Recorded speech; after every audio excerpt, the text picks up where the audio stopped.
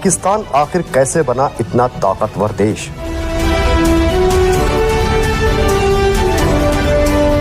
और उसके पास ऐसी कौन कौन सी ताकत है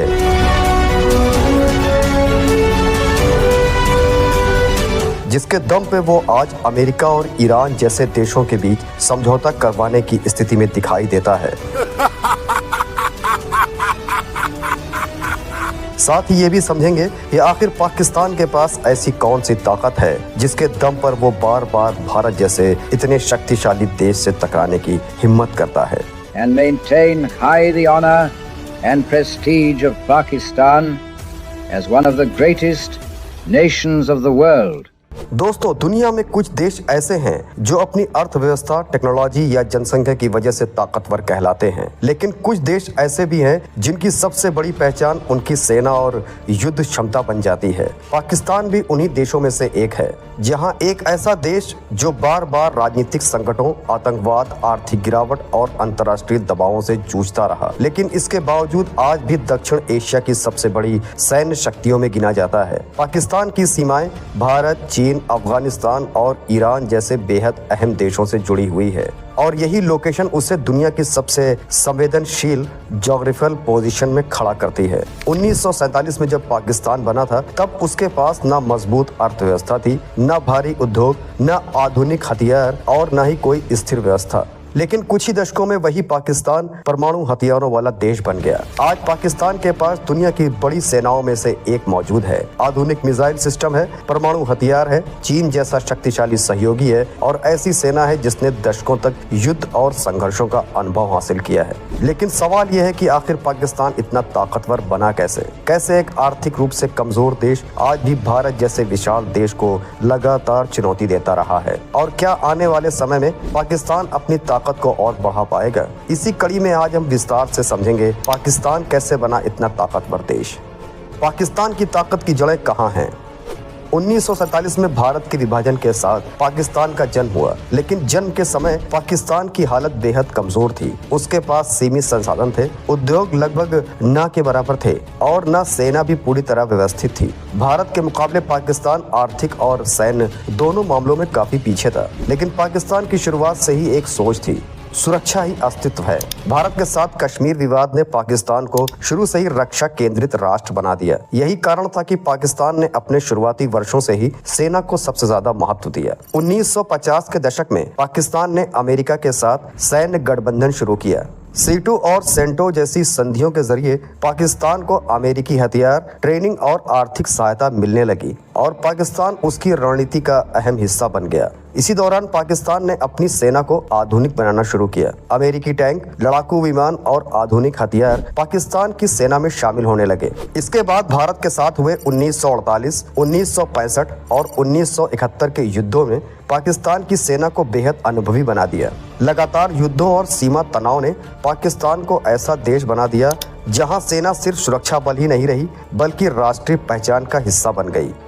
पार्ट 2, सेना का बढ़ता दबदबा।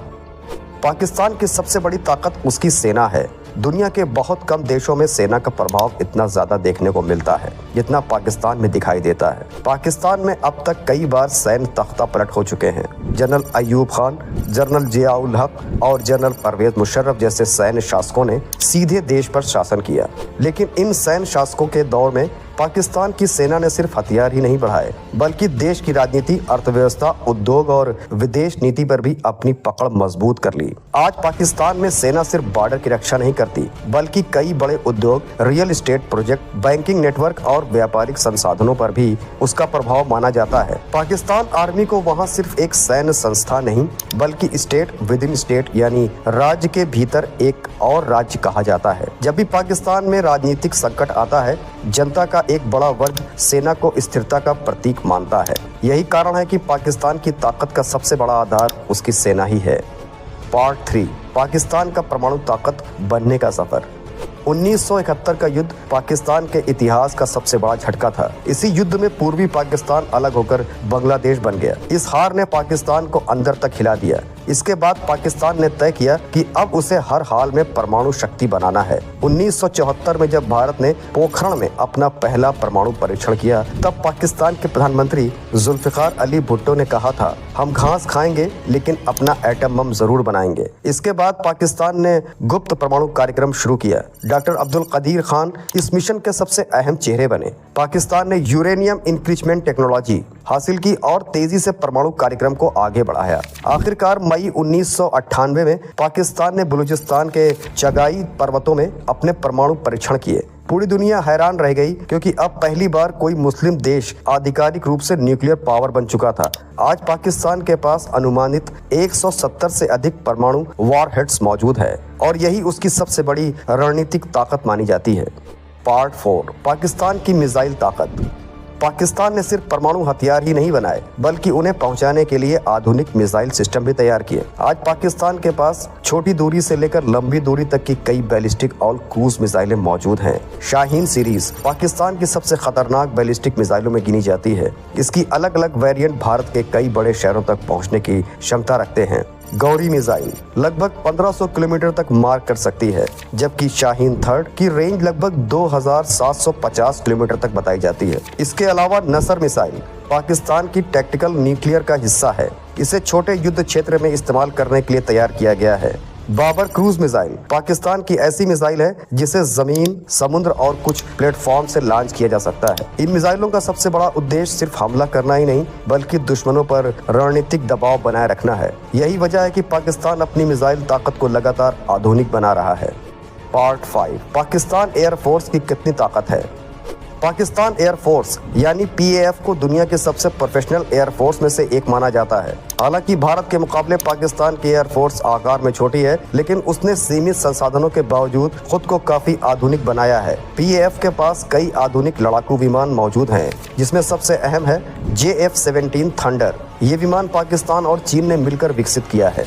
JF-17 ब्लॉक थर्ड को पाकिस्तान अब 4.5 जनरेशन फाइटर के रूप में प्रमोट कर रहा है, जिसमें ऐसा रडार, आधुनिक एवियनिक्स और आधुनिक मिसाइल सिस्टम शामिल है। इसके अलावा पाकिस्तान के पास अमेरिकी F-16 फाइटर फॉल्कॉन भी मौजूद है, जिन्हें उसकी एयरफोर्स की रीढ़ माना जाता है। हाल के वर्षों में पाकिस्तान ने चीन से अत्याधुनिक J-10C लड़ाकू विमान भी शामिल किए हैं। J-10C को चीन के सबसे आधुनिक 4.5 जनरेशन फाइटर जेट्स में गिना जाता है, जिसमें ऐसा रडार, लंबी दूरी की PL-15 air to air missile और आधुनिक इलेक्ट्रॉनिक वॉरफेयर सिस्टम लगाए गए हैं। पाकिस्तान ने इन विमानों को अपनी एयरफोर्स की स्ट्राइक और एयर सुपेरियरिटी क्षमता बढ़ाने के लिए शामिल किया है। वहीं डिज़ॉल्ट मिराज थर्ड और डिज़ॉल्ट मिराज 5 जैसे पुरानी फ्रांसीसी जेट्स को भी पाकिस्तान ने अपग्रेड करके अभी तक सेवा में रखा हुआ है। PAF की सबसे बड़ी ताकत उसका ट्रेनिंग स्टैंडर्ड माना जाता है। पाकिस्तान अपने पायलट्स की ट्रेनिंग और कॉम्बैट रेडीनेस पर बहुत ज्यादा ध्यान देता है। इसी कारण पाकिस्तान एयरफोर्स कई बार अंतर्राष्ट्रीय सैन्य अभ्यासों में से अपनी क्षमता दिखा चुकी है। पार्ट 6, पाकिस्तान की नौसेना और समुद्री रणनीति। पहले पाकिस्तान की नौसेना को ज्यादा ताकतवर नहीं माना जाता था, लेकिन अब स्थिति तेजी से बदल रही है। पाकिस्तान नेवी का सबसे बड़ा रणनीतिक केंद्र है ग्वादर पोर्ट। ये बंदरगाह चीन के बेल्ट एंड रोड और चाइना पाकिस्तान इकोनॉमिक कॉरिडोर का बेहद अहम हिस्सा है। चीन ने पाकिस्तान को आधुनिक frigates, air defence system, missile technology और नई सबमरीन उपलब्ध कराई है। पाकिस्तान अब अपनी नौसेना को हिंद महासागर में मजबूत बनाने की कोशिश कर रहा है। भविष्य में पाकिस्तान अपनी नेवी में नई टाइप 039 सबमरीन्स और लॉन्ग रेंज मैरीटाइम ड्रोन्स जोड़ने की तैयारी कर रहा है। इसके अलावा पाकिस्तान सी बेस्ड न्यूक्लियर कैपेबिलिटी पर भी काम कर रहा है, ताकि समुद्र से भी परमाणु जवाबी हमला किया जा सके। यानी पाकिस्तान अब सिर्फ जमीन और हवा में ही नहीं बल्कि समुद्र में भी अपनी ताकत बढ़ा रहा है। पार्ट 7, चीन से दोस्ती और बदलती विश्व राजनीति। आज पाकिस्तान और चीन का रिश्ता आयरन ब्रदरहुड कहलाता है। चीन पाकिस्तान का सबसे बड़ा रणनीतिक सहयोगी बन चुका है। चीन ने पाकिस्तान को आधुनिक हथियार, टेक्नोलॉजी, इंफ्रास्ट्रक्चर और अरबों डॉलर का निवेश दिया है। चाइना पाकिस्तान इकोनॉमिक कॉरिडोर यानी CPEC पाकिस्तान के लिए गेम चेंजर माना जाता है। चीन पाकिस्तान को सिर्फ आर्थिक मदद ही नहीं देता बल्कि उसकी सैन्य ताकत बढ़ाने में भी अहम भूमिका निभाता है। वहीं दूसरी तरफ अमेरिका और पाकिस्तान के रिश्ते पहले जैसे मजबूत नहीं रहे। अफगानिस्तान युद्ध के बाद दोनों दोनों देशों के बीच दूरी बढ़ी। अब पाकिस्तान रूस, तुर्की, कतर और ईरान जैसे देशों के साथ भी संबंध मजबूत करने की कोशिश कर रहा है। यानी पाकिस्तान अब खुद को सिर्फ एक अमेरिकी सहयोगी नहीं बल्कि बहुध्रुवी दुनिया में एक स्वतंत्र रणनीतिक शक्ति के रूप में पेश करना चाहता है। पार्ट 8, साइबर पावर और प्रॉक्सी स्ट्रेटेजी। आधुनिक युद्ध सिर्फ टैंकों और मिसाइलों से नहीं लड़े जाते। आज साइबर वॉरफेयर और इंटेलिजेंस ऑपरेशंस भी बेहद महत्वपूर्ण बन चुके हैं। पाकिस्तान ने पिछले कुछ वर्षों में साइबर कैपेबिलिटी पर भी तेजी से काम किया है। उसकी खुफिया एजेंसी ISI दुनिया की सबसे चर्चित एजेंसी में गिनी जाती है। अफगानिस्तान, कश्मीर और पश्चिमी एशिया में पाकिस्तान के प्रॉक्सी नेटवर्क को अक्सर अंतर्राष्ट्रीय बहसों में जोड़ा जाता है। यही रणनीति पाकिस्तान को सीधे बड़े युद्ध से बचते हुए भी अपने विरोधियों पर दबाव बनाने की क्षमता देती है। इसके अलावा पाकिस्तान अब ड्रोन वॉरफेयर और इलेक्ट्रॉनिक वॉरफेयर सिस्टम पर भी तेजी से निवेश कर रहा है। शाफर 2 और बुराक जैसे ड्रोन निगरानी और सीमित हमलों के लिए इस्तेमाल किए जा सकते हैं। पार्ट 9, आर्थिक संकट के बावजूद ताकत कैसे बरकरार है। पाकिस्तान की अर्थव्यवस्था लंबे समय से संकटों से जूझ रही है। महंगाई, बेरोजगारी, IMF के कर्ज और राजनीतिक अस्थिरता उसके सामने बड़ी चुनौतियां हैं। लेकिन इसके बावजूद पाकिस्तान हर साल अपने बजट का हिस्सा रक्षा क्षेत्र पर खर्च करता है, क्योंकि पाकिस्तान में सेना को सिर्फ डिफेंस फोर्स नहीं बल्कि नेशनल आइडेंटिटी माना जाता है। जब देश में राजनीतिक अस्थिरता बढ़ती है तब सेना को राष्ट्र रक्षक के रूप में प्रस्तुत किया जाता है। इसी कारण आर्थिक संकटों के बावजूद पाकिस्तान अपनी सैन्य शक्ति को कमजोर नहीं होने देता। हालांकि आलोचकों का कहना है कि अत्यधिक सैन्य खर्च पाकिस्तान की आर्थिक समस्याओं को और बढ़ाता है, लेकिन पाकिस्तान के रणनीतिक दृष्टिकोण में सेना हमेशा सर्वोच्च प्राथमिकता रही है। पार्ट 10, पाकिस्तान का भविष्य कितना ताकतवर होगा।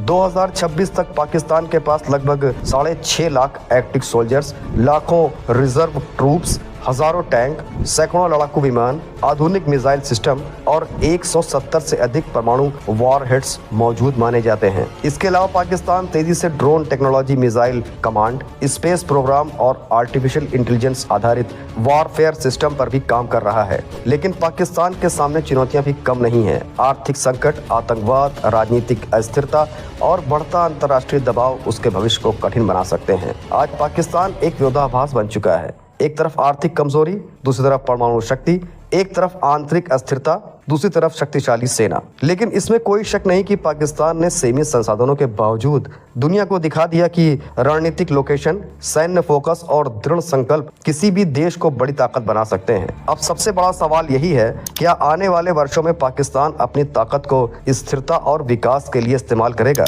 या फिर दक्षिण एशिया में तनाव और बढ़ेगा। और सबसे बड़ा सवाल आपसे, क्या साल 2050 तक पाकिस्तान इंडिया के बराबर या उससे अधिक ताकतवर बन पाएगा या फिर ये सिर्फ एक सपना बनकर रह जाएगा। अगर ये वीडियो पसंद आया तो लाइक करें और बेल आइकन जरूर दबाएं और हमारे चैनल को आपकी बदौलत बड़ा बनाने के लिए अभी सब्सक्राइब करें ताकि हम आपके लिए ऐसे ही वीडियोस लाते रहें। फिर मिलेंगे अगले वीडियो में। जय हिंद।